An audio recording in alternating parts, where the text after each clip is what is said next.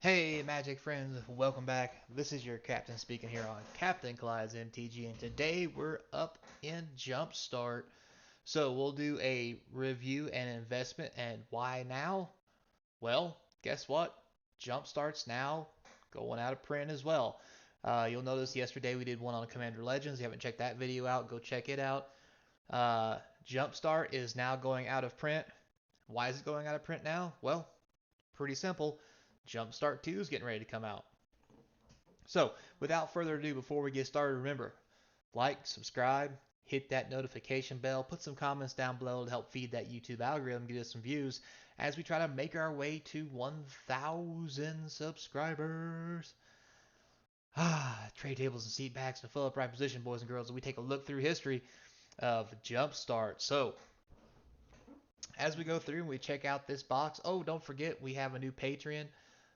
Link in the description, along with a link to the eBay store. You can help out there as well. And their email link is in there as well if you just want to reach out and, give me a jingle. So, here is the product line. Just like Commander Legends, this product here is a product from the pandemic era, back in the 2020 era. Um, so because of that, you can see very high speculation here. Now, one thing you'll notice about this that's very different from the Commander Legends is the high spikes, decreasing spikes again, and then it leveling out. So if you look here, we started off around normal box price. Immediately it spikes up to almost 200. It had a drop here. I don't know what this is. I think this is just messed up. But anyway, it gets up back up the 200 range. And what a lot of this is these spikes you see here are product not getting to the market. When Jumpstart first came out, there was a serious logistic issue with it, like everything in the pandemic, honestly. And stores couldn't get it, people couldn't get it, Amazon couldn't even get it.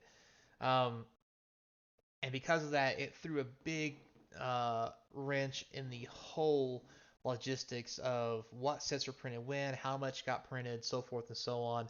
And it really put Wizards of the Coast behind. And at one point, Wizards had to cut off early some printings of some products, which we'll talk about later, to try to get that supply chain caught up and honestly just cut their losses. And this is one of those things that they did is they only printed Jumpstart when they could, when they had small blocks available, because it was not a mainstream product. It was a product for people to like it's called Jumpstart into the environment by buying 2 packs, shuffling them up and being able to learn how to play, plus have the ability to get some sweet cards out of it. But because of that, it caused this real mixed emotion in the market of what it was really worth. So you can see here it starts going up. Around this time is when they actually released a second wave, and you can see it plummets back down due to the giant influx of it into the market. And with the high volume of people buying it, it really drove the price back up. So that wave didn't last long enough. And then you had some more small dips, and then you had another big wave release, which drove it back down. Um, and then again, it went way back up to almost 300 because everybody thought for sure that Jumpstart was done. They were going to cancel it. They weren't going to print any more of it just because of the logistics issue and everything else. But what Wizards decided to do was to leave it open and just keep printing any chance they got. And once the world found out about that, there she went, down and down she goes, all the way back down to normal box pricing right here, uh, around 129. And you'll notice here that right here is where the market comes into play, but it doesn't come into play before that because there wasn't really enough in the market because they didn't have a steady supply. So as you can see, what it's come down to now is they're saying the average is 130, but honestly, if you look through here, it's about 100 a box. It jiggles up and down, and it's gone back down. Now it's around 96 range. And to be honest with you, that's really where the price point is for this product right now, is about that $94 a box.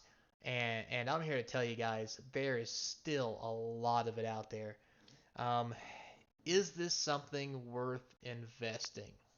So, um, I'm kind of 50-50. I honestly don't know how I feel about this product. I'm gonna be honest with you guys.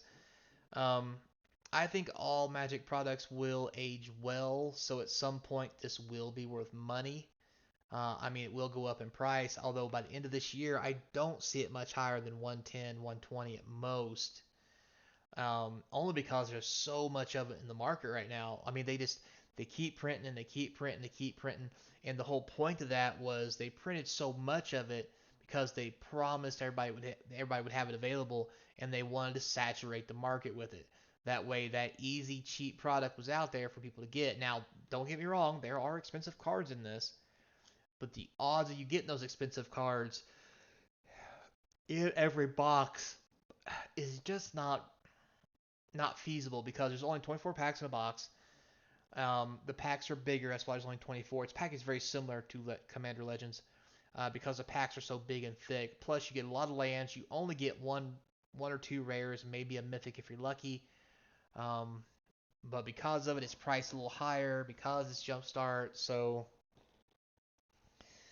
I think Jumpstart 2, when it comes out, it's really going to be the tell of the tape on whether or not this product will go up in price. Now, if Jumpstart 2 comes out and it's completely new, and none of these cards that are in this current product get reprinted, then this product will definitely go up. But once again, I'm only thinking like 120. It's going to take 5, 6, 7 years for this to go above 200, I think. That's my personal opinion because when the new Jumpstart comes out, that's going to be the new kid on the block, and people really aren't going to be interested in this. Plus, there is so much in the market um, that the market is saturated, that people have absorbed as much of this as they can, and they honestly would like to buy normal sets when they come out because they get more rares, they get more product, they get more cool cards. There's more packs to open, the whole kit and caboodle, right? So there's all that kit consideration. So if you go down here and you take a look, it's going to show you the all-time low is $34, which that's clearly wrong because nobody would have sold it for that because of all the marketing problems and logistics issues. Now the all-time high at 300, that I can believe, uh, because a lot of people, when this became hard to get on the market, the price of this thing was $200 to $300 easy, and people were paying for it. I know I made a video about this a while back. A lot of people got hammered because they bought a bunch of this at 150, 160, 170, 200 because it's kept going up, and they didn't sell it. And then these giant reprint waves came in and tanked the box price down to 95, and it was just fire sale city. People lost money. People didn't know what to do anymore. People were mad. And the only way those people are going to save that money is if they wait 5, 6, 7 years for this product to go back up, and then they're just going to break even because you got seller fees and everything else with it. So it was a real bad experience for a lot of people because this is back in the time when everybody thought they could just buy and flip things and make money, which is not how the world really works. Um, and the sooner we all start realizing that and just move past it, we'll all be a little better off and be easier to have these conversations. So, um, with that said, let's take a quick look at some of the actual cards on TCG Player. You can see here it's very easy to get a box for 95, which is about where it's at, and that's about right. And there are 69 listings for this, and those listings have multiple boxes. I mean, we're talking 6, 7, 800 boxes just on TCG Player, let alone what people got hid places and stores and other places. Um, Star City Games and Channel Fireball and all that stuff. So, unlike Commander Legends, though, the highest priced card here is only $50. On Commander Legends, you have the Lotus, which is easily $80, $90. There is Ristic Study, which is around 30. You can see here Behemoth the 30. This is 30. Um, but all in all, the average you can see here as you go down is around the $10 to $8 range, and that's only one card you're gonna get out of the pack. So it's not as good as Commander Legends because also you only get one card per pack, and you immediately know when you open the pack whether or not you have a chance to get a card because when you look at the front of it, it's going to tell you what's in it. And if it's an elf deck, you might get this or you might not, 50-50, right? So, like I said, is it good to invest in? Yeah, but this is going to be dead money for any large amount of return for at least 5 to 7 years, I think. So be careful if you guys invest or whether or not. But just remember, This is going out of print. It is still cheap. And if this is something you want to invest in, it might be a good time while the market's still saturated if you want to sit on it for a while. So, other than that, I would probably suggest investing in some collector boxes because that's a topic for another video. But let's just say that they're in a world all their own and they're just money hand over fist as they get older. So, with all that said, guys, thanks a lot for watching. I do appreciate it. Until next time, be kind. And as always, I hope to see you across from the game table.